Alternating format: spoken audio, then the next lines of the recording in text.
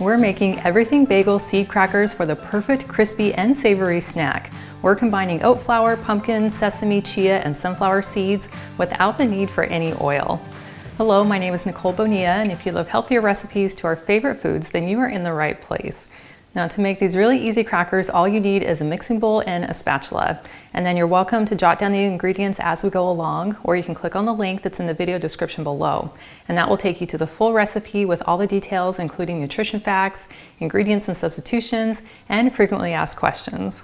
So in our bowl, we're going to start by adding 1/4 cup of oat flour. Then we're going to add 1/4 cup of pumpkin seeds, 1/4 cup of sunflower seeds, 1/4 cup of sesame seeds. And then to act as the glue that's going to help bind these crackers together, we're going to add 2 tablespoons of some ground flaxseed and 2 tablespoons of some chia seeds. And then to add some really delicious flavor, we're going to add 1 teaspoon of everything bagel seasoning. Now this amount of seasoning is a little bit on the mild side, so if you'd like it to be a little more intense, you can go ahead and add an extra 1/2 teaspoon up to another teaspoon of the everything bagel seasoning. Next we'll add 1/4 teaspoon of salt, and then to give just a really subtle sweet balance to all these savor flavors, I recommend adding a teaspoon of either some cane sugar or my favorite is maple syrup. And this is also going to help the crackers brown up a little quicker and make them even crispier. So I'm adding 1 teaspoon of maple syrup. And then to help it all gel together, we're going to add 1/2 cup of water. And then we're just going to stir it all together. And you'll know it's the right consistency when it's a little bit soupy, but there's not a lot of freestanding water. But you can already smell those flavors coming together. Now we're going to let this sit for about 10 to 15 minutes, which gives all those seeds a chance to soak up the moisture and it's become more like a paste that we can spread. So now's a really good time to preheat your oven to 350 degrees. Well, it's been about 10 minutes and our crackers have been soaking. You can see we now have a nice thick paste. So now I'm just going to take my cookie sheet and then line it with parchment paper because that makes it really easy for spreading out the crackers and for getting them out of the pan. And then we'll just simply drop in our cracker batter. Now the key to having nice crispy crackers is making sure that we spread this really thin and even. Now if you could use more healthy inspiration and snacks on a regular basis, I invite you to join my email list. All you have to do is click on the link that's in the video description below, and that is the best way for us to stay connected. So as I'm spreading this out, I want to in particular make sure that it's nice and thin in the middle because the edges are going to toast a little bit quicker than the center. And then we want to go back in and make sure we don't have any holes in the middle because those will get extra toasty. Now that I have it all spread out, I know that the edges are going to toast a little bit quicker than the center. So I'm going to go around and just gently press in the edge so it's just a tad thicker. And that's just going to help it brown more evenly. And this is optional, but I'm going to go ahead and sprinkle on a little bit of some coarse sea salt just to enhance those flavors. Well, this looks fantastic and it's ready to go into our 350 degree oven.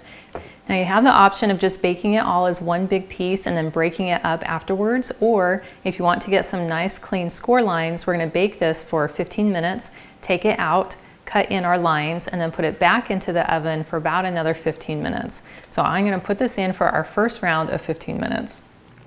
Well, here's the crackers after being in the oven for the first 15 minutes. So you can see that they're already starting to brown around the edges. And then I'm just going to take a pastry cutter and go down and just make some score lines into the crackers. Now you could also use a pizza cutter or a large knife if you prefer. Now these are ready to go back into the oven for about another 12 to 15 minutes or until they're nice and toasty, but you'll want to keep an eye on them because they can burn very quickly. Well, here are our baked crackers after another 12 minutes in the oven and they look so good. You can see that they did get a little bit toastier around the edges, but they smell so good. Now you will want to let these cool on your counter for about 10-15 minutes before you crack them apart. But I have some here that I made earlier and they have cooled completely. So you can see how it's really easy to just snap them apart along those score lines that we made. And then you have these really cute thin seed crackers.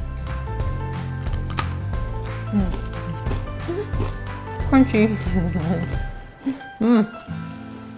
Those are delicious.